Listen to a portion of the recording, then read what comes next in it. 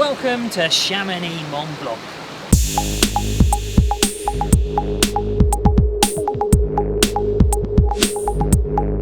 Chamonix is home to some 9,000 people most of the time, and it's the place to come for stunning scenery and ginormous sausages. And in the winter months, the population swells to some 130,000 people, and they all come here for one very simple reason. That.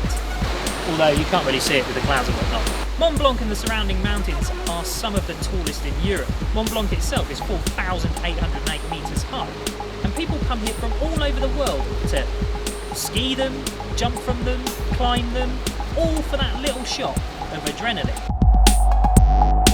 But there is a more serious side. Chamonix also has some of the highest lift access in the world.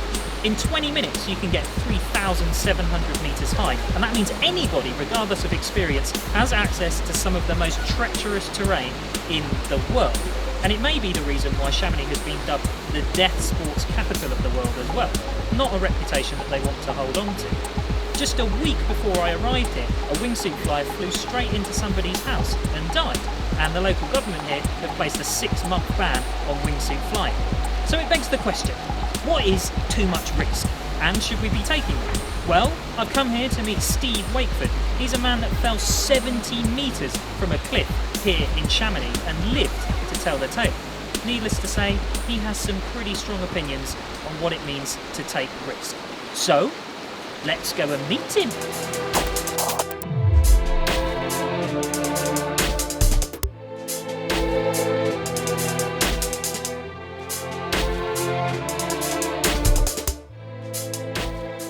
So what brings you to Chamonix? Olympics, at the end of the Olympics in 2012, one of my lungs collapsed from working too much. I don't want to be on my deathbed. I'm not going to be on my deathbed thinking I wish I'd worked more.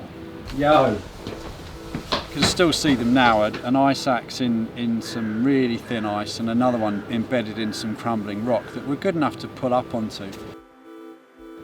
As I went to make this move, the good foot exploded, the rock just exploded, and I started to fall.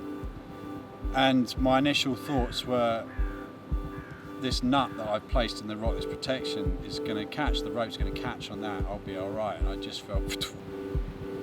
I then woke up hanging upside down with my leg broken, pointing back towards me, covered in blood. And I was just like, where am I? And this is, I don't know what this is still doing. This is the helmet I was wearing when I fell. It's got blood on it. Ethically, that is terrible. We've got ourselves in that situation and we're relying on someone else's resources and the state's money to come and pay for us, privileged climbers that we are, to come and get us. I always wanted to go back. The evaluation of whether I should go back has changed.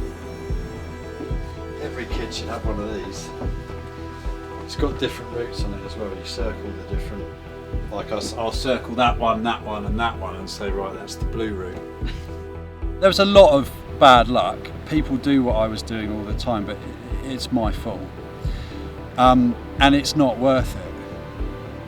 It's looking back at that event, I'm glad it happened because I've learned so much and I've come out the other side of it, but it's not worth dying, and certainly not worth ending up paralysed for.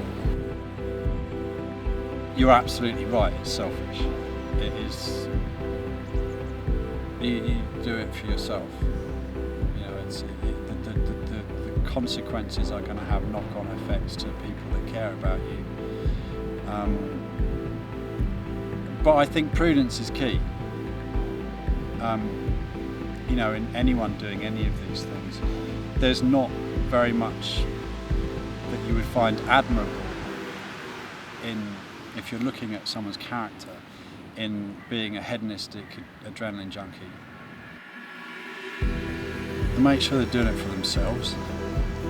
I think if you think about why you're doing it, Facebook, I did this, look at me, so and GoPros, extreme selfies. I just think if people are doing things for themselves, and just thinking, right, why am I doing this?